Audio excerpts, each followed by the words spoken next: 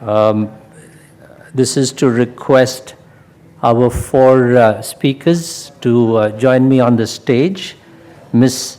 Vineeta Hariharan, Head, National Urban Mission, Ministry of Rural Development, Government of India. Good morning, ma'am. Dr. Ajay Pandey, CEO of the Sehgal Foundation. May I please ask you to join us on the stage? He's here, I've seen him. Dr. Udit Raj, Member of Parliament. Sir, may I please request you to join us on the stage? Ladies and gentlemen, please give him a warm welcome. Ms. Aparna Mahajan, Director, Partnerships and External Relations at the Sehgal Foundation. Aparna ji, would you please join us? Dr. Ajay Saab, would you please join us on the stage?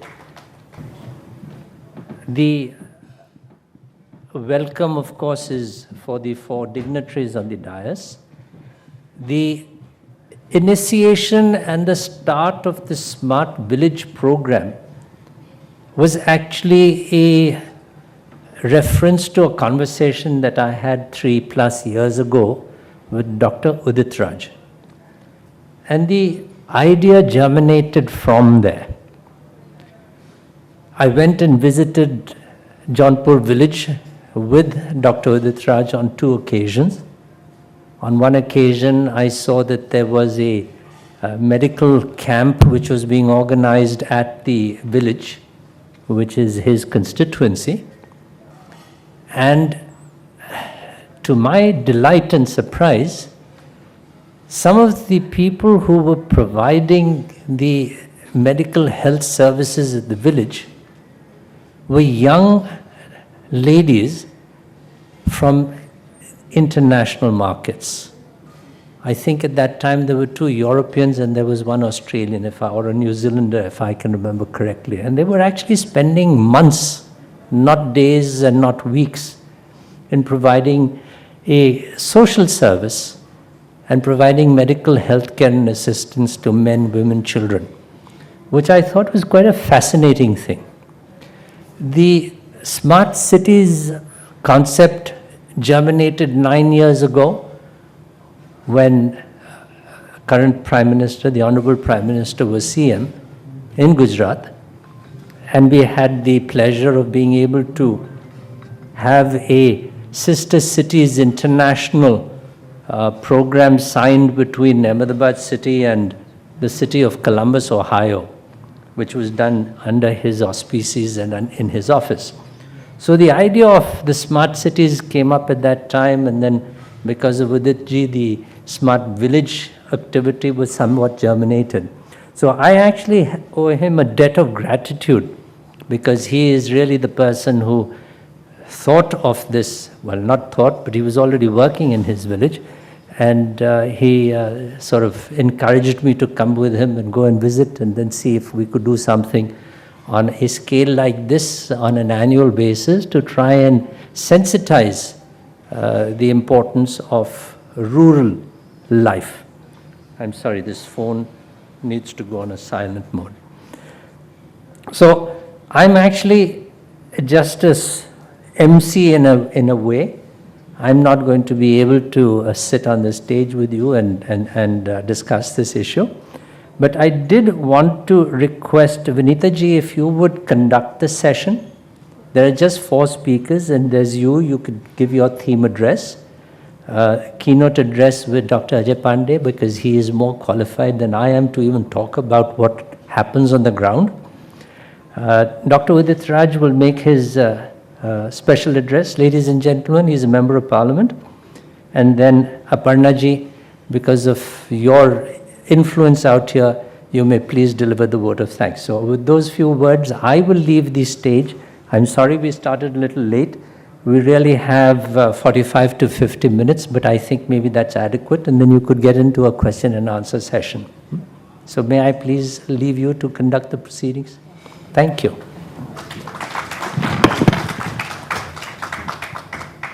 Yeah, good morning, everybody. So should we just start with the presentation? I could give the main theme address, and then we would invite you to speak. Yeah. Good morning, everybody. So the theme of the theme address was the urban-rural divide. So we just start straight away with the theme, which is urban-rural divide. So we have some alarming statistics here to help us realize that India is still predominantly rural, but we have statistics which show that rural India is still not developing as much as urban is. So, for example, this is well-known statistics, I'm sure, to all of us here. Agriculture and allied services contribution to GDP reducing from 52% in 50 to 14% today, while 50% of our overall labor force is still dependent on agriculture. 26% of rural India is poor compared to 14% in urban areas. Rural literacy rates much lower than urban literacy rates. Education, again, rate of fall of net attendance from primary to secondary much steeper in rural areas. And health indicators as well, rural areas lag behind much more than urban areas. But again, we're comparing a scale which is 60% of the population to 40% of the population. Therefore, the numbers would vary. But in terms of rates as well, rural India seems to lag behind. So starting with this, what have we done at the Ministry of Rural Development, which I'm representing here today? We have evolved a mission called the National Urban Mission, which is a vision of, it started with the vision of the late Dr. Abdul Kalam ji, which was the provision of urban amenities in rural areas. But here the vision is about providing amenities that are perceived to be urban in rural areas. So while focusing on equity and inclusiveness and retaining the essential character of rural areas. So if I were to speak in Hindi, it would be Atma Gaon ki Suvidhaएं Shehar ke. So what was the inception and the context? One was, of course, the statistics that glare at us in terms of the rural-urban divide, and of course the fact that rural areas, which has been hitherto neglected by policymakers till date, is that rural areas have a propensity to develop in clusters, which have not been actually taken cognizance of by policymakers. So this was a mission for the first time in the country, which is tackling clusters of rural areas. So when you actually direct your funding towards a cluster, the transformative impact is much more than unidirectional efforts towards single GPs. So, keeping all this in view, the National Urban Mission was conceptualized, and after intense boardroom exercises, drawing board exercises for almost 3 to 4 months, we got the final approval from the Prime Minister on, I think, July 2015, and we got the Union Cabinet approval on 16 September 2015. And this mission was launched in Chhattisgarh, in one of the clusters, the urban clusters in Dongargarh in Chhattisgarh, by the Honorable Prime Minister on 21st February 2016. So that way it's a nascent program, but it has progressed leaps and bounds since then. So what do we define, what is a urban cluster and how are they selected? In our definition, we have defined a cluster as a group of contiguous villages with a population of 25 to 50 in plain and coastal areas and 5 to 15,000 in desert, hilly and tribal area.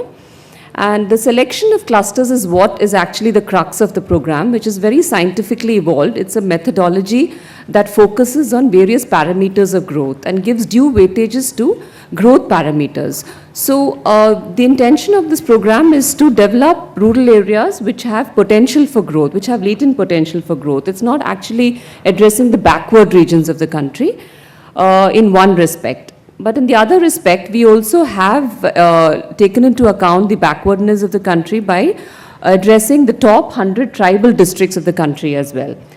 So how did we do the cluster selection methodology, which is very important to understand because this was the crux of the program which actually got the approval of the Honorable Prime Minister as well. We did an analysis at the sub-district level wherein we culled out the top 50 sub-districts from the census of India based on decadal growth in rural population. And then we further ranked the sub-districts, giving weightages to various parameters of growth, which is again growth in population, rural population, growth in non-farm workforce, participation, presence of economic clusters, tourism and pilgrimage significance, and whether there are any economic clusters in that, MSME clusters in those GPs or not. So based on this, we culled out the top 50 sub-districts. For example, in Tamil Nadu, if we plot the top 20 sub-districts on the map of Tamil Nadu, this is how it looks. So this list was then given to the state governments, and the state governments had the discretion to choose amongst these top 50 sub-districts for formation of their clusters. So this was a balance between science and discretion, wherein we had a very scientific methodology of determining the sub-districts, and we gave the choice to the state governments to choose between these top 20 sub-districts. This is the example of Odisha, how the top 20 sub-districts looks on a map of Odisha. And then we asked the state governments to form clusters within these sub-districts. The clusters were formed by taking the fastest growing Gram Panchayat as the nodal point. And then we took a 5-kilometer radius in a Google map and captured all the GPs that were falling within that 5-kilometer radius. And that was how the clusters were formed. The state governments actually formed these clusters. This is again a cluster in Odisha. And the clusters were then further ranked based on various parameters again. 80% were mandatory parameters of growth, and 20% of the factors, the choice was given to the state government to choose. So they could choose governance indicators, good governance initiatives taken by the GPs, or a percentage of households with bank accounts. So various state governments came up with various growth development indicators to choose for the 20% factors. So this was accepted very well by the state governments, and they all engaged in this exercise in a very, in a engaged and focused manner. And then for tribal clusters, again, what we did is we took the top 100 tribal districts of the country and then selected sub-districts from the top 100 tribal districts. Again, giving due weightages to growth parameters focused in tribal areas. So this was how, so if you, the non-tribal would be in the rest of the state, and the tribal, so that way we've actually covered the entire state. So if you see the tribal sub-district spread in Madhya Pradesh is one of the states which have the maximum number of tribal districts. This is again a cluster in Madhya Pradesh, and again the tribal clusters were again ranked based on various parameters. So in this way we've actually selected 100 clusters of phase 1 have been submitted by the state governments and approved by the ministry. And we've also moved towards phase 2. The aim is to have 300 clusters over the next 3 years. So in phase 2, we've already identified 98 clusters and 26 states, and we've also forayed into the union territories of Lakshadweep, Pondicherry, Delhi, and Andaman and Nicobar have also come up with clusters. So, and now clusters, now the first thing that we're doing is, it's again a first time in the country, the first time that we're having cluster development in rural areas, and again a first time that these clusters are now going to be notified as planning areas.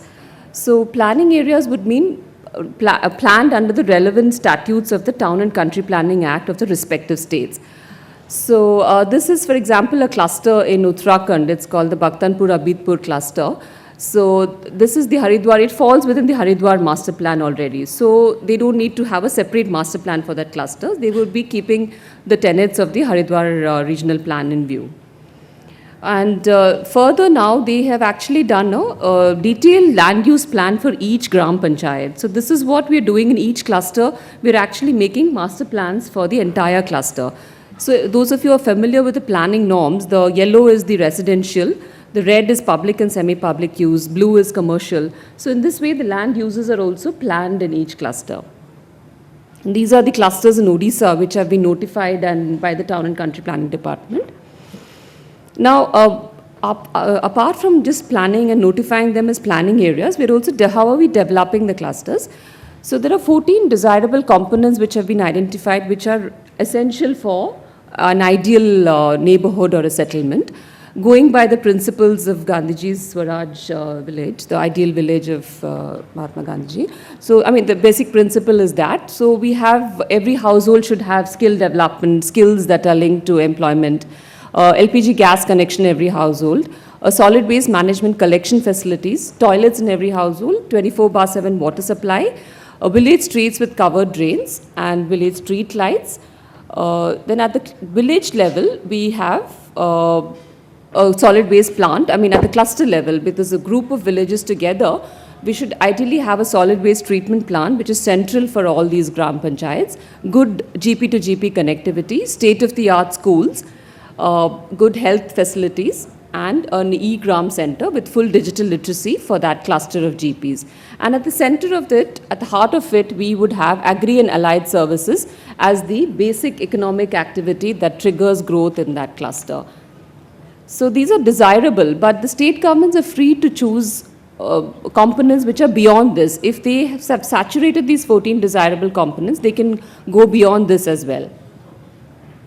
So what we are doing now is I've asked the state governments to prepare ICAPs, which are the integrated cluster action plans. Now these plans actually capture the deficiencies in the cluster with reference to the 14 desirable components. And they give the broad strategy of development for that cluster. For which we have a principle in which we have bucketed these 14 desirable into 4 categories of economic, basic, social and digital.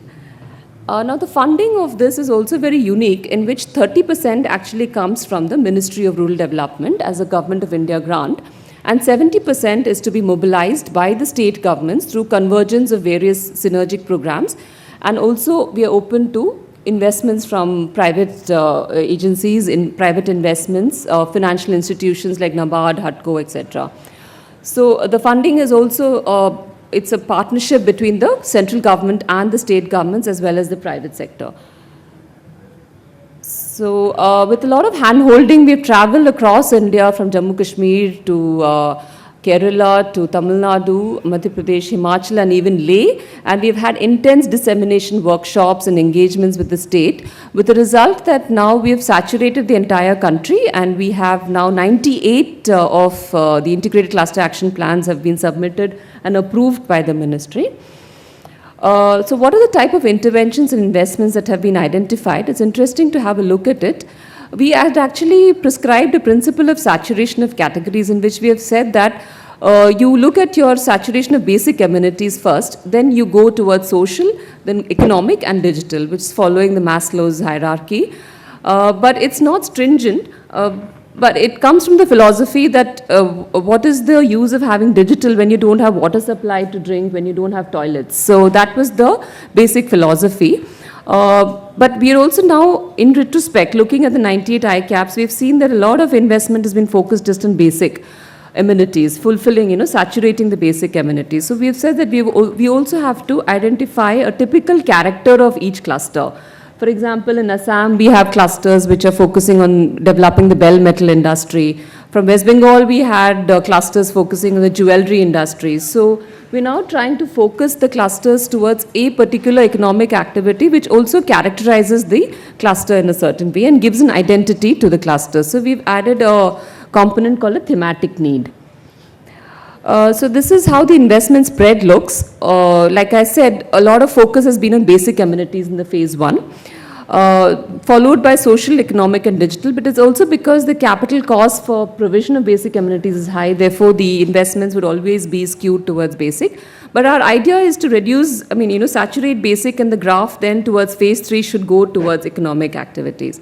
So the spread is typically, they have spread it on drinking water, which is a good use, agriculture, sanitation as well, and solid and liquid waste management facilities. These are the kind of investments that are coming in from the integrated cluster action plans. Our critical gap funding is a special fund that we are giving. So that funding now we are saying that you should actually focus on developing economic activities rather than focusing on basic, where basic you could actually converge resources from other programs to saturate your basic amenities. That's the change in philosophy now after phase 1. So mission outcomes, if you were to say, we've already had now identified investments of close to 100 billion. Critical gap funding approved to 28 billion, and 75 billion, close to 75 billion INR is being proposed to be mobilized through convergence of various state, central and centrally sponsored programs. So there's a lot of investments that are being pooled into development of these clusters, which we hope will then trigger the regional development and therefore develop the rural hinterland.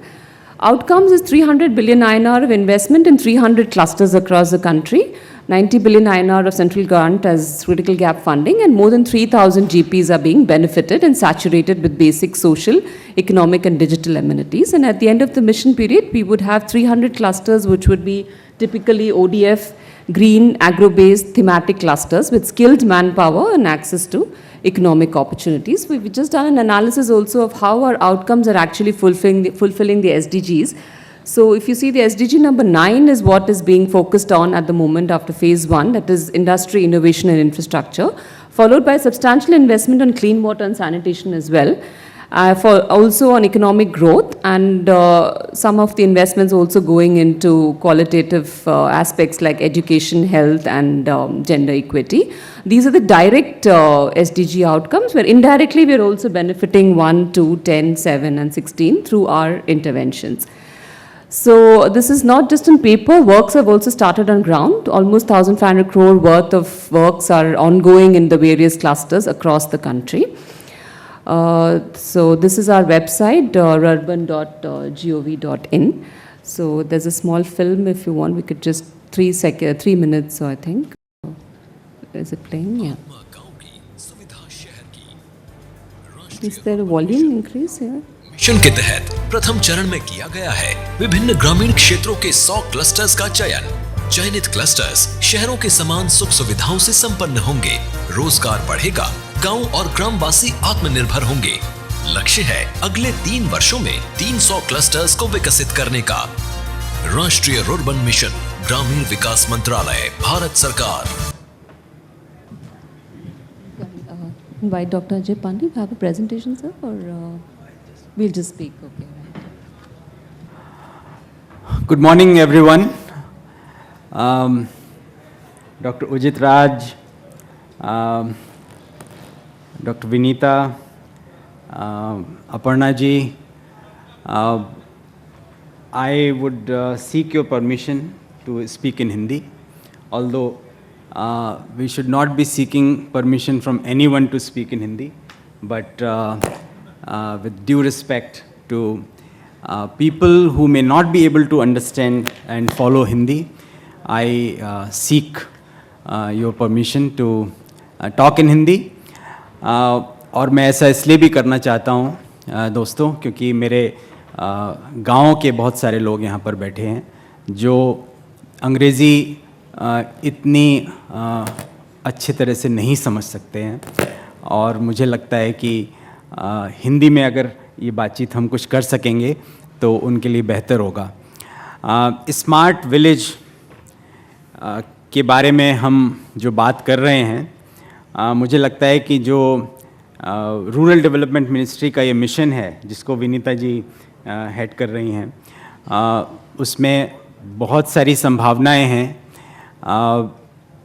कैसे गाँव की आत्मा बनी रहे और जो शहर की सुविधाएं हैं वो गांव में मिलें, मुझे लगता है कि ये बड़ा अच्छा लक्ष्य है और इसमें बहुत सारी संभावनाएं हैं, बहुत कुछ इसमें हो सकता है। स्मार्ट सिटी या स्मार्ट विलेज की बात होती है तो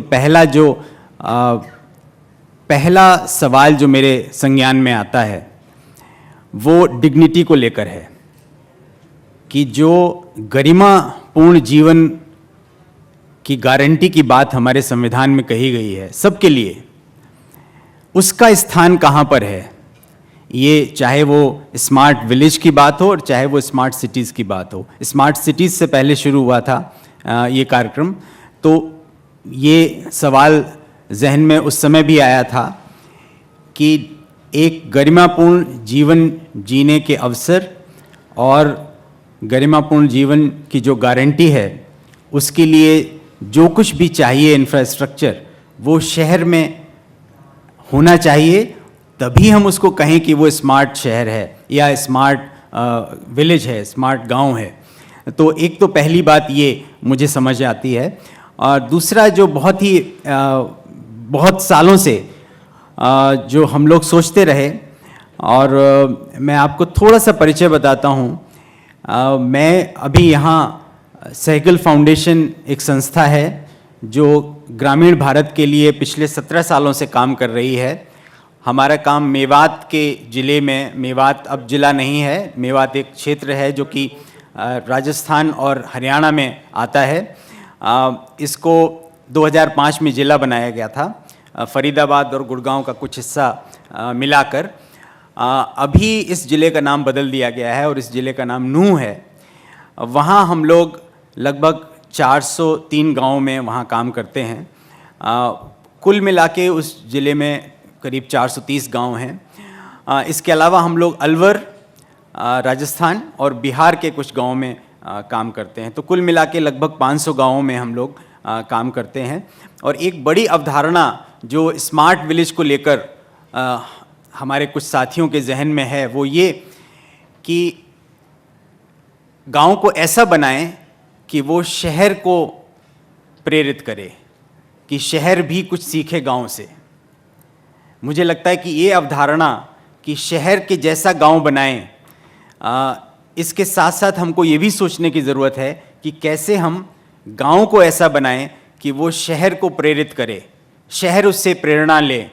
और जब शहर के लोग गांव की तरफ जाएं तो उनको ऐसा महसूस हो कि हाँ वो कोई स्मार्ट जगह पर आए हैं, जहाँ जो मैंने पहली बात कही थी, गरिमापूर्ण जीवन के अवसर और गरिमापूर्ण जीवन वाकई में लोगों को मिल रहा है, वाकई में लोग उसको महसूस कर रहे हैं, ऐसा वातावरण उनको महसूस हो। तो मुझे लगता है कि वो एक सपने के जैसा है और मुझे लगता है कि हम लोगों के सामने एक बड़ा सपना ज़रूर होना चाहिए जिसकी तरफ हम सबको अग्रसर होना चाहिए।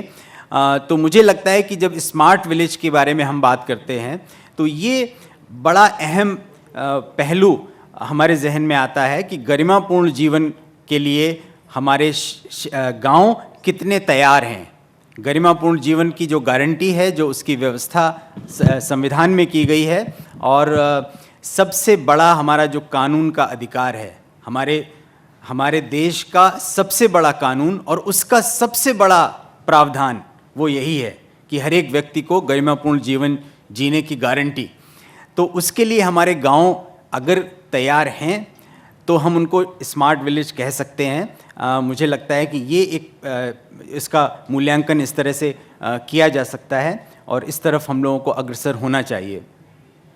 और बाकी जो चीज़ें हैं इंफ्रास्ट्रक्चर से रिलेटेड, हम लोग भी जब गांव में काम करते हैं 3 बिंदुओं पर हम मुख्य रूप से काम करते हैं, जिसमें कि एग्रीकल्चर है, फूड सिक्योरिटी के बारे में बात करते हैं, खाद्य सुरक्षा के बारे में हम प्रयत्न करते हैं। तो उसमें एग्रीकल्चर, खेती बाड़ी पर काम करते हैं।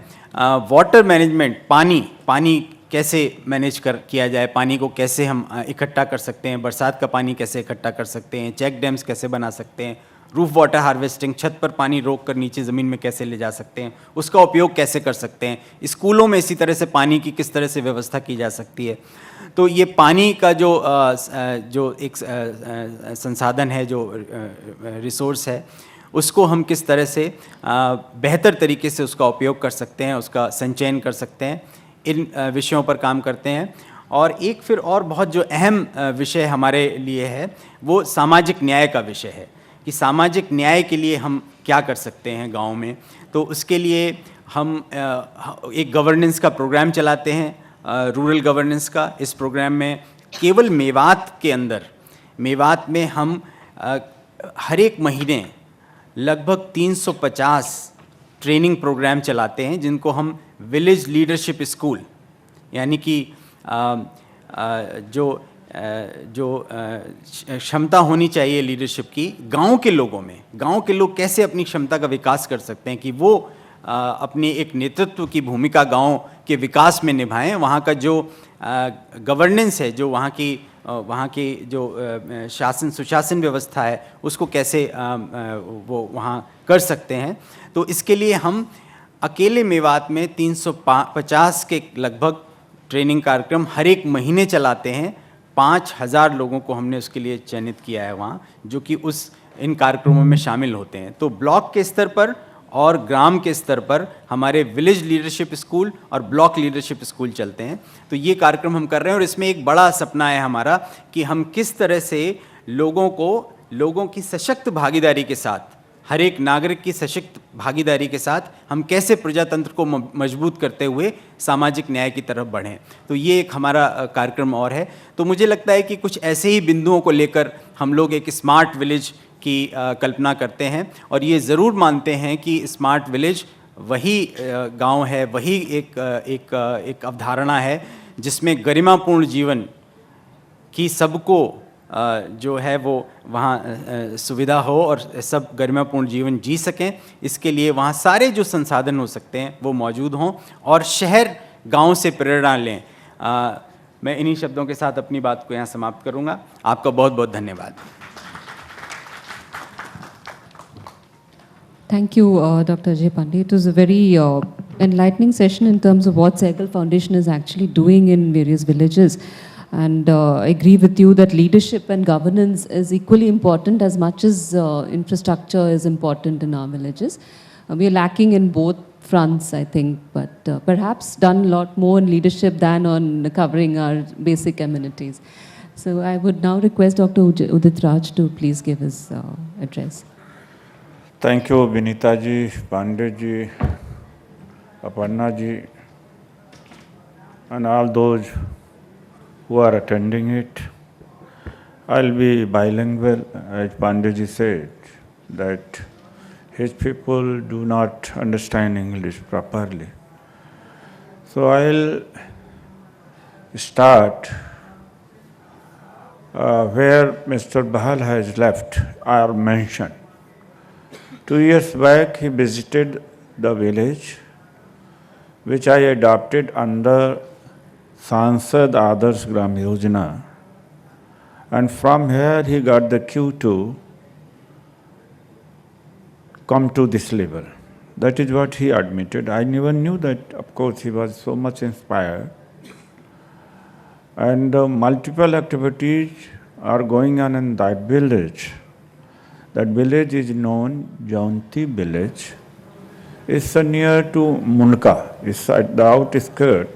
I represent northwest Delhi. Number of activities we started with, then toilet construction, and there is a firni. Firni means that, of course, the passage to come and go in the village. That was constructed and, of course, made properly.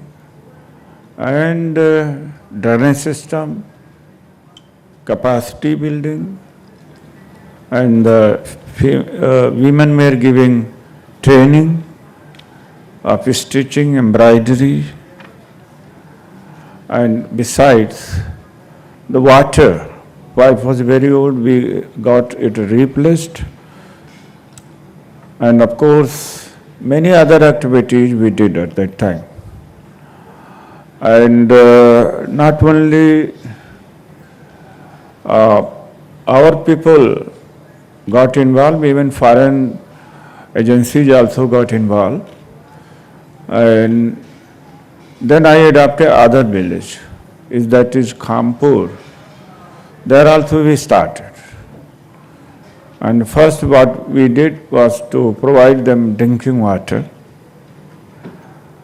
And we installed RO. And there also the multiple activities are going on. You all are welcome to participate. And I can very safely say that whatever I have done, or my team is done, of course, one is led by Mrs. Rekha Bora, other village project is led by Yogita Bhayana, and incidentally they are women, and they should be given the opportunity. And purposely also I gave this opportunity to them, and they have done a wonderful job.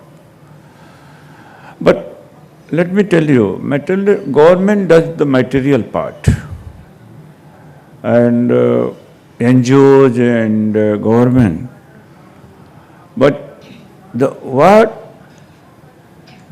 are the real problems of the village are social problems.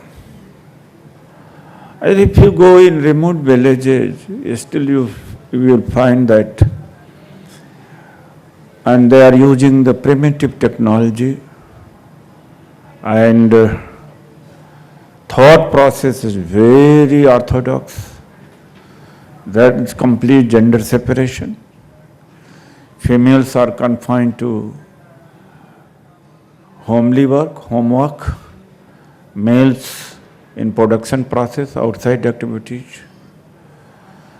And that has impeded whole country. To me, the caste system and gender separation. A gender separation has harmed a lot. About 50% population, we feed them without getting them involved in production process. Industrial activities, economic activities, educational activities, health activities. And of course, it has to be tackled by movement, by ideas, and by scientific temperament, which none of us, even me, what I'm doing is that I'm putting up material there. Changing a mind is very important. This is not there. Female are still under veil. I am in Delhi. How can we imagine to have a smart city? So what happened is that of social problem. And if the villages are there, in the villages there are hamlets. Hamlets of Chamar, Jat, Brahman, Valmiki, and they are warring groups. They are busy destroying each other. I come from village, Vineeta ji, I come from a very crude village. It wasn't linked to the electricity, road, I remember. Barefoot. I used to cover 5 kilometers to go to the school. And the school had sometime no roof. And that's life I've seen. And when I was in 10+2, then I had opportunity to watch a movie. Before that, did not know it. So I have experienced that life. And let me tell you the story of my family one day. My mother was enjoying slavery. And so is the case with the most of.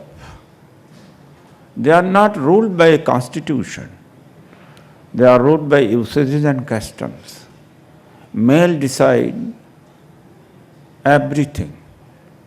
Where to marry, what to transact, and economic activities, all family affairs, death, birth, puja, path, all this. Female can't even participate in Sraddh. They can't even go to the cremation. And they are made to realize from very early that they'll go one day out of home. Kanyadan. And I'll tell you, it's so crude. The village is so crude. ये कह रहे हैं कि गांव से सीखना चाहिए. गांव से कुछ भी नहीं सीखना चाहिए. जो कम से कम विचार तो नहीं सीखना चाहिए. अगर कोई औरत maybe because of husband fault is not in position to carry the baby, पूरा गांव उसको सुबह नहीं देखता मुंह, कहता है बांझ है. सो क्रूएल. अगर कोई आदमी वहाँ पर हैंडीकैप है तो सुबह उसको मिलना नहीं चाहते कि ये तो काना है, इससे पूरा दिन खराब हो जाएगा. ये गांव है भाई, मैं उन गांव से आता हूँ. बड़ा लोग आइडियलाइज करते हैं, जब गांव में गांव के रहो तो पता लगता है. ट्रेनिंग देना एक अलग बात होता. इतना क्रूएलिटी है. Wife beating. और फीमेल किसी दूसरे से शायद ही बात कर सकती है. लोअर कास्ट में तो फ्रीडम भी है, थोड़ा सा बाहर चली भी जाती. ये सिचुएशन. और इसके अलावा भी उनका participation, they are not master of their own body, they are not master of any material thing, they are not master of their own mindset, mind and thinking. Such is the situation. And male decide everything for them. How to use their body, where to go, what to do. They don't have their own desire. ये सारा mail decide करता है. ऐसी जगहों पर क्या smart city, हम smart गांव बना पाएंगे भाई? कितना भी मटेरियल डाल दो उसमें. तो इम्पीडिंग फैक्टर है. अनफॉर्चुनेटली रिफॉर्मेशन रेनेसांस देश में ऐसे कोई मोमेंट नहीं चले. And sometimes I see that we are becoming a regressive society. So इसका बड़ा relationship. Government alone cannot develop any nation. Europe को किसने डेवलप किया? The whole society has to rise to the occasion. तो ये बड़ा एक सवाल है. ठीक है, it's good that of course 100 clusters have been identified, government is doing. Of course, definitely when it will come up very well, then of course it will be replicated. The idea is that it will be replicated. That's why Honorable Prime Minister also gave us the responsibility to adopt a village, Sansad Adarsh Gram Yojana. And idea is that if we develop that village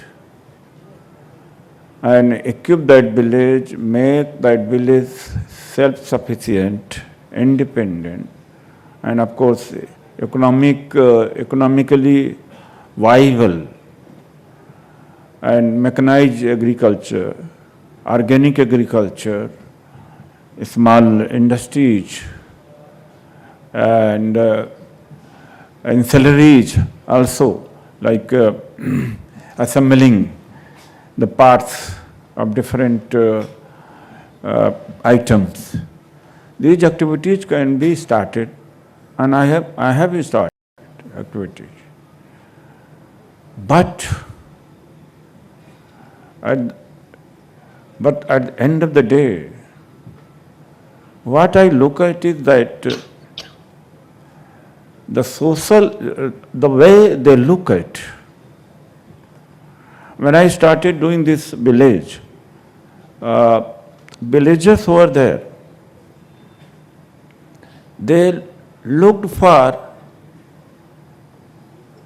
finance more from us than they were interested in capacity building and training.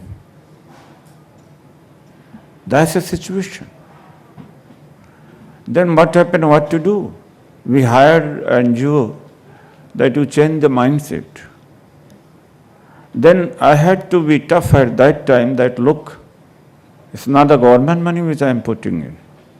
I've arranged money from Austria and many other countries, which you are looking forward. What happened that the people have a negative attitude to the representative. क्या government का पैसा लाया होगा, खाया होगा? I said, no business. So ये जो attitude है, जो सोशल नॉर्म्स हैं, वो जब तक एड्रेस नहीं होते हैं, तब तक हमारे सारे efforts they don't reach to the desired level. It's not that efforts have not been done. All the time NGOs and governments have been doing. And where we end up? So when Sehgal Foundation is doing this thing, it's my suggestion that if they can also include this, that how to change the mindset. And female, when they are under the veil, do you expect that they are smart villages? जिनकी freedom ही छीन ली गई हो. They are also human beings. Are they animal? Animal also they are freer than. ये जो समस्याएं हैं गांव यहाँ पर मैं जाता हूँ कई जगहों पे गांव में बोल देता तो लोग कहते नाराज हो जाएंगे, वोट आपको नहीं देंगे। हमने कहा I don't care about the votes, लेकिन मुझे I just can't stop it, I can't stand with this कि they are also human being. किस तरह से हमने सेटल किया है, किस तरह से हमने उनको स्लेव बनाया। मैं अपने घर से शुरू किया, जैसे मेरी मदर थी, had no desire, and she used to be proud of being confined at home. And younger generation, when they used to go outside, watch movies and participate in fairs, etc., she used to make a comment that, oh, these days ladies are going out. I have never crossed the boundary of home and village. Isn't that the lot many people enjoy slavery? तो ये जो कहते हैं कि गांव, ये जो city वाले लोग कहते हैं ना गांव बड़े अच्छे हैं, जाके रहे ना गांव में। ये मिडिल क्लास यहाँ बहुत कहता है कि गांव बड़े अच्छे हैं, जाके रहे तो पता लगे। 10 दिन पता लगे, गांव वाले कुर्ता फाड़ने लगते हैं, लड़ने लगते हैं, रेस्पेक्ट करते हैं। तो ये मेंटलिटी है। खैर, हाउएवर, चूँकि ऐसा सब्जेक्ट आया है, स्मार्ट सिटी की बात है, you all are there, you may be today or tomorrow you will be part of it, then please do keep this also in the mind कि जो माइंड सेट है, जो सोशल नॉर्म्स हैं, वो आपके तमाम सारे एफर्ट्स को डाइल्यूट कर देते हैं, वो यूटिलाइज नहीं हो पाते। You create the training centre, you create economic activities till their temperament is nurtured, they will look for a petty benefit than larger benefit. 1 lakh का नुकसान 100 रुपया घूस के लेकर देंगे। तो ये भी एस्पेक्ट होना चाहिए, और गवर्नमेंट बहुत नहीं कर पाती है। जो हम लोग, I was in bureaucracy, I was IRS officer, I know it, I know the system from with in. And I resigned from the post of Additional Commissioner of Income Tax. I was never inclined to go in bureaucracy, but of course a situation came that I was forced to write examination for my economic security. I was always interested in social and political activity. This is the situation. तो इतना gap है, and I'll be very happy that any one of you who is interested, because of course it's not very far off to participate in building up a smart village, and in my area smart city is also going to come up.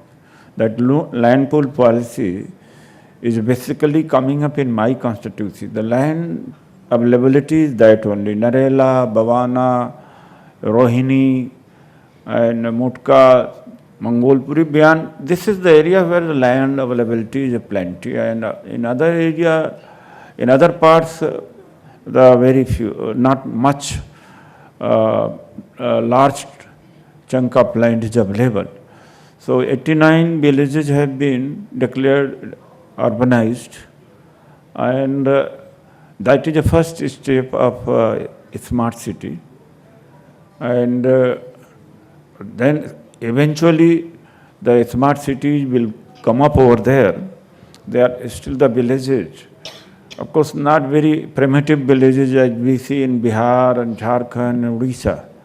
If you go to the villages in Odisha and Bihar, sometimes you will find that we are in not even, we are in BC. Still they are this cooking method, cooking means it is still cow dung.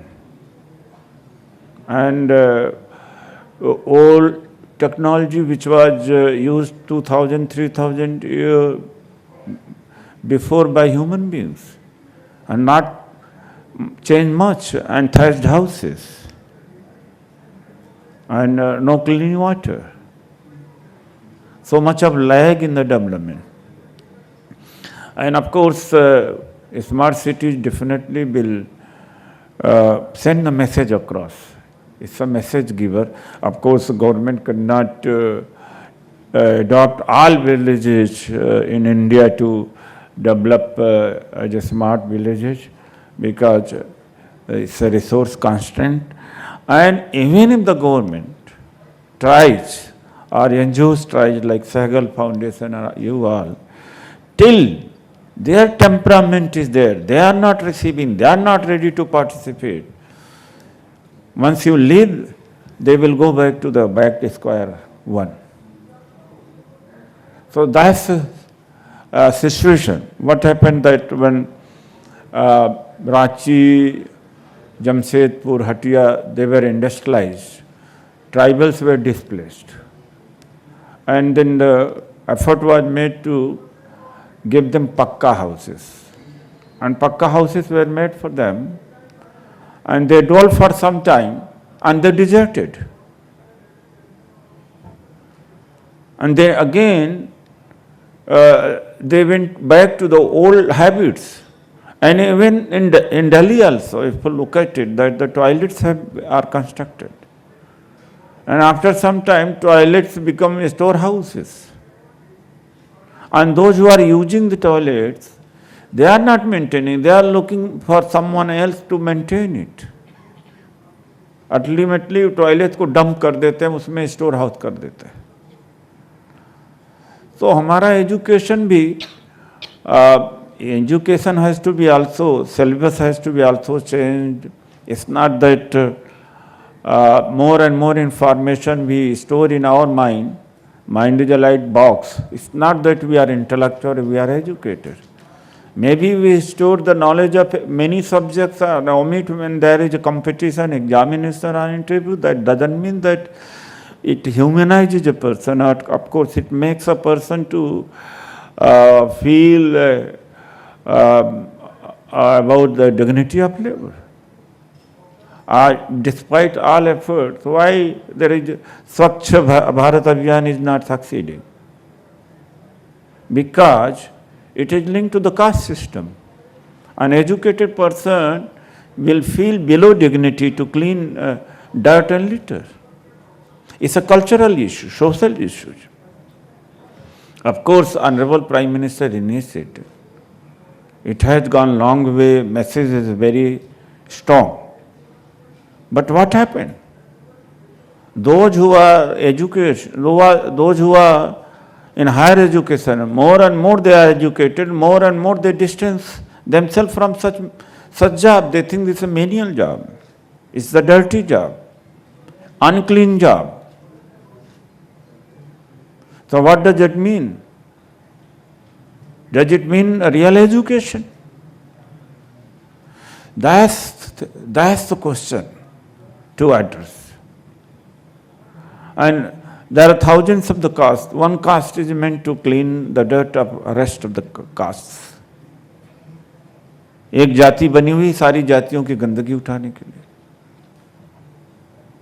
कैसे हो सकता है? I don't know क्यों हमारे लोग इस तरह से नहीं सोचते. इतना रोबस्ट सिस्टम है एजुकेशन का, लाखों टीचर्स हैं, प्रोफेसर्स हैं, लाखों जर्नलिस्ट हैं, राइटर्स हैं, पोएट्स हैं, रिसर्चर्स हैं, स्टूडेंट्स हैं. क्या यह नहीं हम लोगों को सिखा सके कि हमें स्वच्छ रहना चाहिए? तो क्या एजुकेशन ने दिया क्या है फिर? Just to it's a box, mind is a box, store the information and then of course write in examination and appear in interview and take up job. क्या हमें इंसान बना पाया है? हम अपना भी काम न कर सके. ये है हमारा ले. So I don't know why there is no realistic thinking. I'm aghast to see all around. ये चीज़ों के ऊपर चर्चा नहीं होगी, हम ऐसी चीज़ों के ऊपर बिना टेम्परामेंट के चेंज किए नहीं हो सकता. माइंडसेट के लिए Japan has nothing. 80% land is hills and mountains. No cultivable land, hardly cultivable land. Earth prone, cyclone prone. It has only human beings. उसके पास तो लैंड भी नहीं। हम तो we are blessed with the fertile land and 4 seasons, no such calamities like very frequent earthquake and water. What does even Korea I have seen that. So what happened? एक दिन मैं ऐसे कहीं गया तो बहुत बड़े ऋषि मुनि थे, तो उन्होंने कहा कि मैं तो सबसे पहले कहता हूँ देश, उसके बाद मैं कहता हूँ समाज, और उसके बाद कहता हूँ कि इंसान। हमने कहा अगर उस देश के अंदर जैसे जो लोग रह रहे हैं उनकी खराब हालत है, डिस्क्रिमिनेटेड है, एम्पावरिज्ड है, पुअर है, वो देश का सोचेगा कि समाज का सोचेगा? तो हमने कहा कि individual is the first, his freedom is the first, his dignity is the first. अपने आप देश बन जाएगा, समाज बन जाएगा। यहां उल्टा चलते हैं लोग। His education is the first. वो पहाड़ों वाला देश, माउंटेन वाला देश, वो कैसे आगे निकल गया? इसलिए कि ह्यूमन डिग्निटी है, फ्रीडम है, चॉइस है, इक्वालिटी है। यहाँ उल्टा बोला जाता है। वहाँ के बच्चे, be it children of emperor or prime minister, anybody, in the at the time of the lunch, they eat, they clean their tiffin, and they sweep the floor and utensil. When you inculcate such habits in students, they will not be shy of cleaning the dirt and filth. हमारे स्कूलों में क्यों नहीं किया जाता? Curriculum का हिस्सा क्यों नहीं बनाया जाता? ये क्यों नहीं कंडेम किया जाता? एक जाति का काम नहीं है, अपने आप देश साफ हो जाएगा, क्लीन हो जाएगा। तो इसका माइंडसेट से रिलेशन है। केवल गवर्नमेंट एफर्ट जैसे गवर्नमेंट स्वच्छ भारत अभियान का है, स्मार्ट सिटीज का है, वो जो किया जा रहा है, इस very welcome under the dynamic prime minister Modi ji. Such initiations have started. Salute to him. But nevertheless, the things, what at the end of the day, what matters is our mindset. Thank you so much.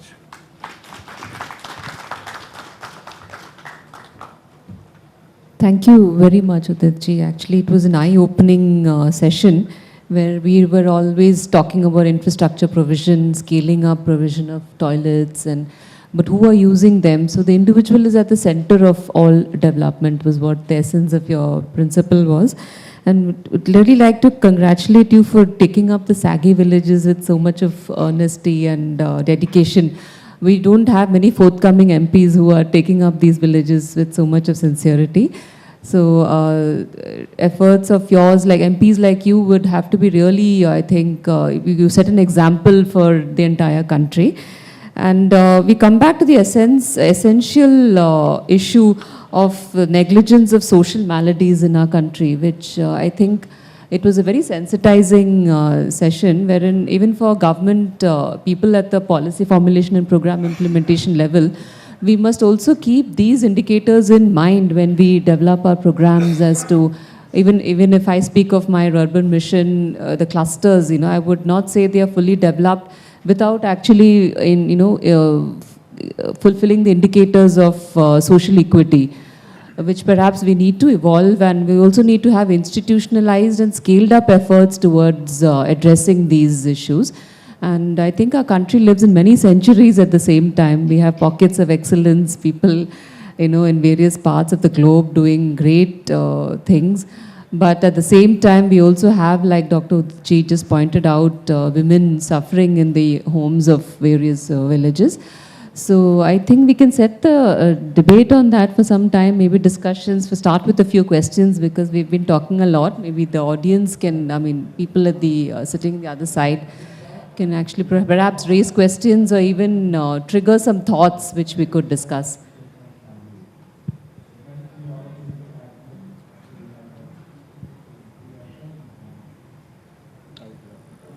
Okay. ठीक है.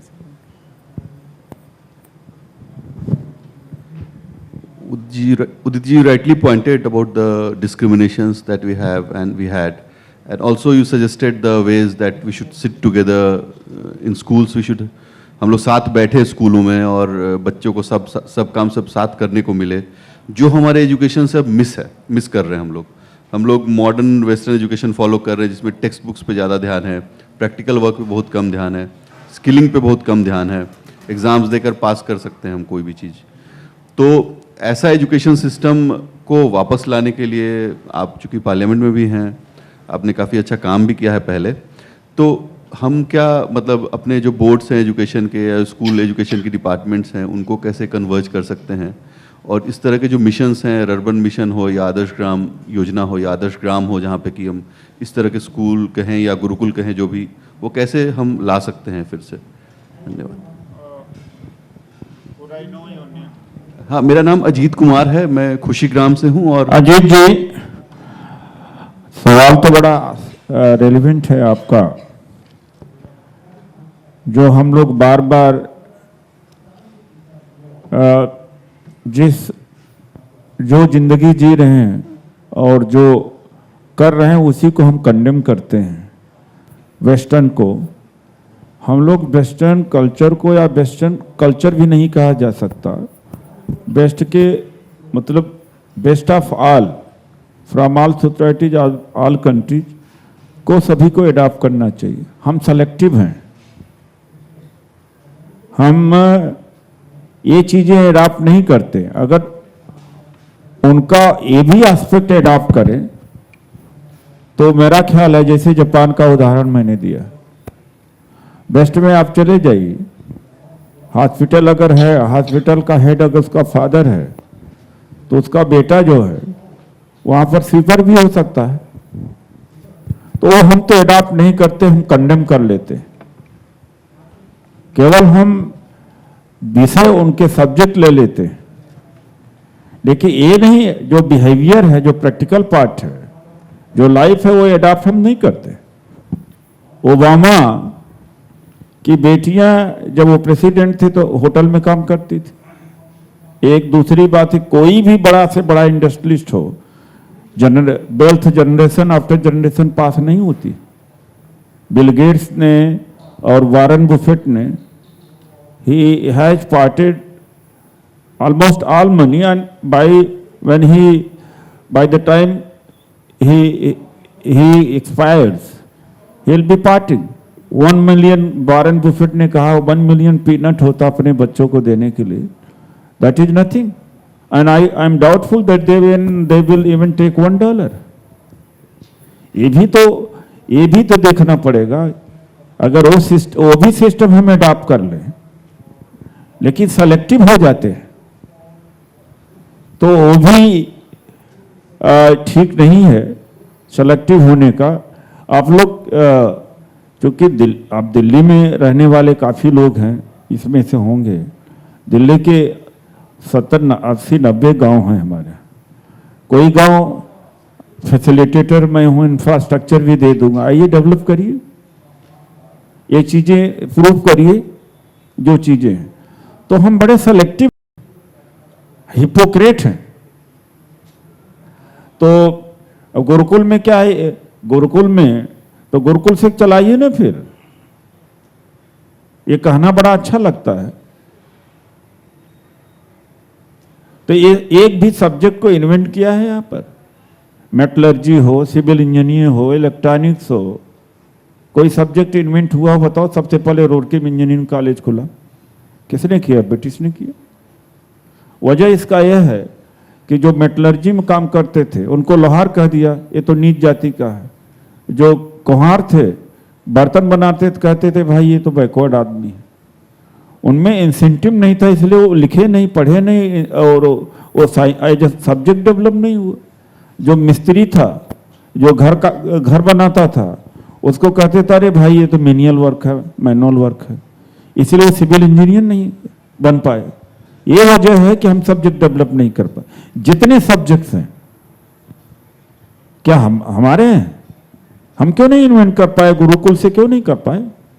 कौन रोक रहा? आज ही कर लो, subject construct करके देखो ना, उसका कंटेंट बनाओ, सिलेबस बनाओ उसका। तो वी कांट गो बैकवर्ड।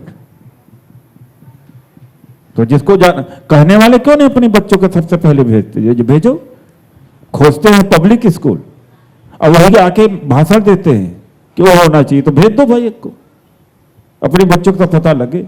ये हिपोक्रेसी है हमारी, पूरी society hypocrite. Any next question? Madam, I am from the Lions Club International. We are probably the world's largest service organization. I would like to ask one question to the panelists. The bridging the gap between the village and the town. What can really be done to bridge the gap? Because the income of the city's people is going up and up, but the income in the village is not going up at all.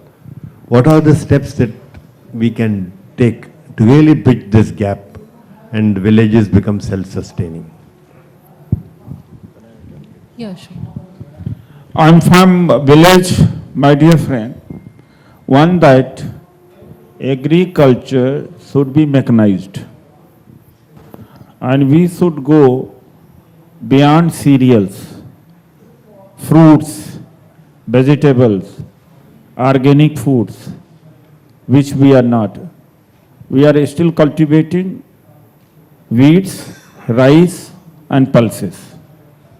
Whereas in other countries, like strawberry, I was in Australia in strawberry, in 1 acre, you can earn lakhs of rupees. यहाँ 1 एकड़ जहाँ धान बोने में, गेहूं बोने में कुछ नहीं मिलता, 5,000 रुपया और 10,000 एक जूता, एक जितने में जूता मिलता उतना प्रॉफिट 1 एकड़ के कल्टीवेशन में नहीं होता।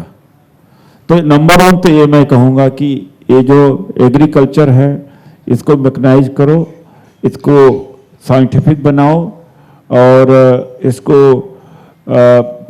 टेक्नोलॉजी ओरिएंटेड हो। और दूसरा, लैंड होल्डिंग जो है बहुत छोटी हो चुकी है, प्रॉफिटेबल नहीं है।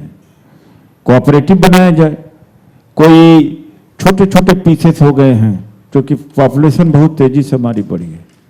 मैं अभी अमेरिका में पिछले वर्ष गया, तो 2 आदमी 4,000 एकड़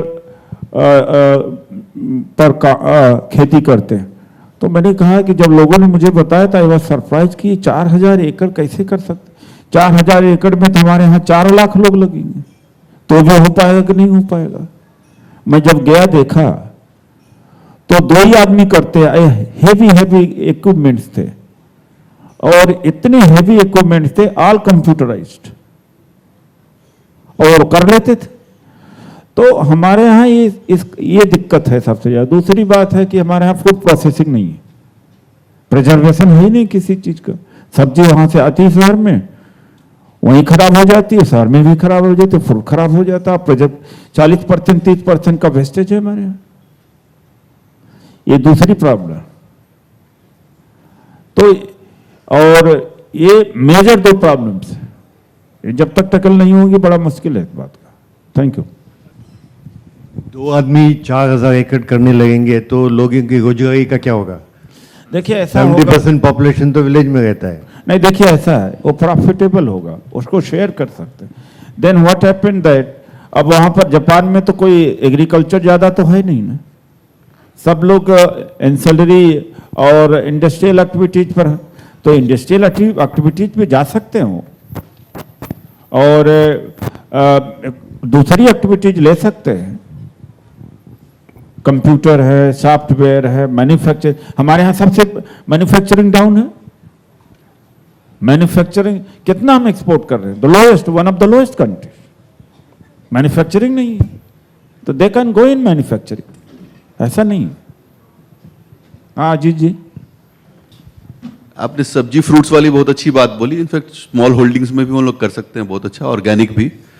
आपके गांव से हमने एक चीज़ लिया था पिछले बार, दिवाली की मिठाई आपके गांव में आदर्श ग्राम योजना में आई थी, जो हम लोगों ने काफ़ी डिस्ट्रीब्यूट किया था और कराया था। अच्छा अच्छा। तो हम आपके गांव में आएंगे भी और हम करने के लिए भी तैयार हमसे हैं। जुड़े हैं लेकिन हमें पता नहीं था। हाँ बिल्कुल बिल्कुल। योगिता ने आपसे संपर्क। योगिता जी ने दिया था, बिल्कुल बिल्कुल।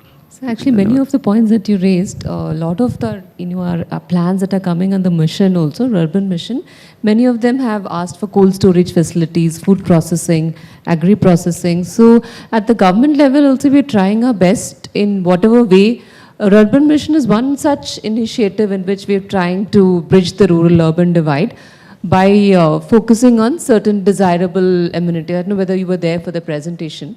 So in this kind of efforts, this is a beginning. So I think if we replicate and scale up, I think we're going in the right direction. So of course, giving due cognizance to social equity and gender inclusiveness and things like that as well, not just focusing on infrastructure and economic activities, I think. So Dr. Ajay, would you like to say a few things on this? Okay. I have one question. Yes, I am Ravindra Khitani from Vallavidyanagar, Gujarat. Right. I am a civil engineer. I have seen America, Canada, all the countries. We discussed the problems, and rightly says the sir that yield is less compared to the available resources. We have plenty land, we have plenty water, we have plenty manpower. And against that, the productions, if you compare with the other countries, developed countries like America and other countries, our production is less. So we discuss on the problems, but at the same time, we must find out the solutions and suggestions which we must give to the government. Sir says rightly that in America, people cultivate 4,000 acres of the land at a time. Right. India, nobody is allowed to become even a farmer. If I want to buy an agricultural land, I cannot purchase the agricultural land for farming. I cannot change my profession from civil engineering to farming.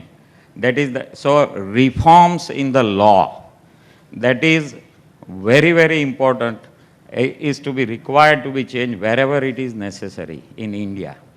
Because somebody is staying in USA, he holds 10 acres of the land. He is not giving to anybody for cultivation. Because खेड़े यानी जमीन, जो खेड़ेगा उसको farming करेगा, उसको owner हो जाएगा, ऐसा law है. तो definitely we must concentrate on the solutions. We have plenty of land, we have plenty of water, we have plenty of manpower, and weather conditions are excellent in our country. So I have specially come for this only, this seminar, smart villages. Because unless and until we make the people smart in the villages, we cannot grow. Just providing the facilities and all these things, smart facilities is not the right solution. Make the people, make the young students smart so they can serve the society. Right, so thank you very much. Your point is very well taken. Technological innovation and social reforms and legal reforms is also equally important. So I think with this, we could wind up the session. So thank you very much for your participation and engagement. Would like to invite Aparna for giving the vote of thanks. Right. Many thanks, Vineeta. सबको मेरा हार्दिक नमस्कार. Sehgal foundation, exhibitions India group और अपनी तरफ से मैं हमारे जो मुख्य अतिथि हैं doctor Udit Raj, member of parliament Lok Sabha का बहुत शुक्रिया अदा करती हूँ कि आपने अपना कीमती समय निकाला और हमारे सम्मुख बहुत अच्छा विचार प्रकट करे स्मार्ट विलेज के संदर्भ में. आपने एक आदर्श ग्राम अडॉप्ट किया है जिसमें बहुत अच्छे आप कार्य कर रहे हैं, पर एक बहुत अहम बात आपने बताई जो सोशल प्रॉब्लम्स की. जब तक हम यहाँ अपने गांव में सोशल प्रॉब्लम्स को एड्रेस नहीं करेंगे, अच्छे सॉल्यूशंस नहीं निकालेंगे, हम जितना भी कोशिश कर लें कि हम स्मार्ट विलेजेस बनाएं, हम नहीं बना पाएंगे. तो ये एक बहुत पावरफुल मैसेज आपने हम सबको दिया है. मैं डॉक्टर विनीता हरिहरन जी जो हेड नेशनल अर्बन मिशन की हैं, ministry of rural development, government of India, आपका बहुत धन्यवाद करती हूँ कि आपने बहुत अच्छा तरह से हमें जेनेसिस भी बताया इसका मिशन का, जो गवर्नमेंट का है, इसका हिस्ट्री के बारे में, कैसे फॉर्मेशन, और इसका क्लस्टर विलेजेस का जो आइडेंटिफाइड डिस्ट्रिक्ट्स हैं आपके स्टेट्स में, और आपके कार्य का बहुत अच्छी तरह से विवरण जो हमें जानकारी मिली, उसके लिए आपको बहुत धन्यवाद करते हैं। Professor Ajay Pandey ji, CEO Sehgal foundation, ने हमें ग्रामीण सशक्तिकरण और ग्रामीण जो विकास है उसके बारे में एक बहुत अच्छा मैसेज दिया कि हमें, जब तक हमें गरिमापूर्ण जीवन नहीं मिलता हर एक व्यक्ति को, तो हम अपने आप को एक स्मार्ट विलेज नहीं कह पाएंगे। सभी सुविधाओं का उपलब्ध होना बहुत ज़रूरी है, और उसके साथ साथ जो हमारे सोशल जो प्रॉब्लम्स हैं उनको एड्रेस करना भी बहुत ही इम्पॉर्टेंट हो जाता है। और हमारा जो सुशासन है कार्यक्रम गुड रूरल गवर्नेंस का सहगल फाउंडेशन की तरफ से, ये बहुत ही अच्छा प्रोग्राम है, क्योंकि इसमें हमें जब तक एक विलेज, एक ग्राम अच्छा गवर्न नहीं होगा तो वो एक एफिशिएंट विलेज नहीं बन सकता। बहुत क्रिटिकल कंपोनेंट है गवर्नेंस, इफेक्टिव विलेज गवर्नेंस। मैं एग्जीबिशंस इंडिया ग्रुप को बहुत धन्यवाद करना चाहूँगी, और पर्टिकुलरली चेयरमैन मिस्टर प्रेम बहल जी का, जिन्होंने हमें एक अवसर दिया, और सहगल फाउंडेशन नॉलेज पार्टनर है इस स्मार्ट विलेज कॉन्क्लेव में, तो उनके लिए उनको बहुत स्पेशल थैंक्स देना चाहूँगी। हमारे सब पार्टिसिपेंट्स जो आप आज एकत्रित हुए हैं यहाँ पर, आपको बहुत बहुत धन्यवाद। आपकी बहुत effective contributions we look forward to, कि आप इसमें आपकी भागीदारी से ही हमें एक मार्गदर्शन मिलेगा, और एक हम होप करते हैं, आशा करते हैं कि इस कॉन्क्लेव से कुछ अच्छी recommendations as a way forward उभर कर आएंगी, ताकि हम इसको एक भारतवर्ष में थोड़ा एक अनुसरण करने के लिए हमें एक मार्गदर्शन मिलेगा, हम ऐसा समझते हैं।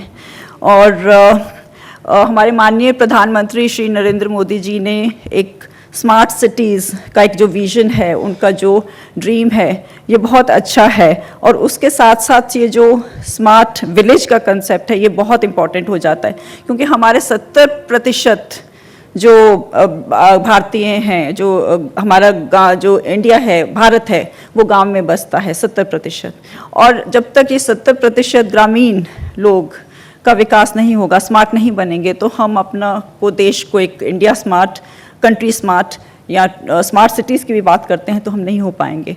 तो इस संदर्भ में ये जो स्मार्ट विलेज कॉन्क्लेव हो रहा है, ये बहुत महत्वपूर्ण है, अहम है, और बहुत कंटेम्प्रेरी और रेलिवेंट हो जाता है।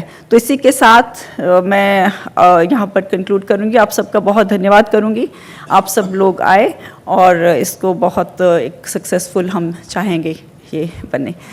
थैंक यू वेरी मच, धन्यवाद। Thank you, ma'am. Thanks a lot. Now I would like to request you to kindly felicitate Shri Udit Raj.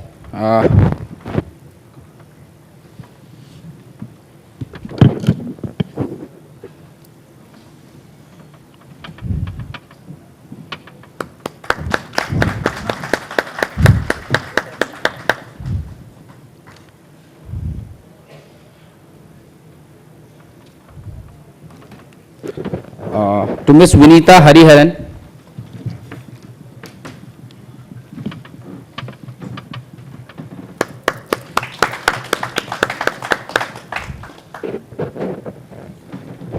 To Dr. Ajay Pandey.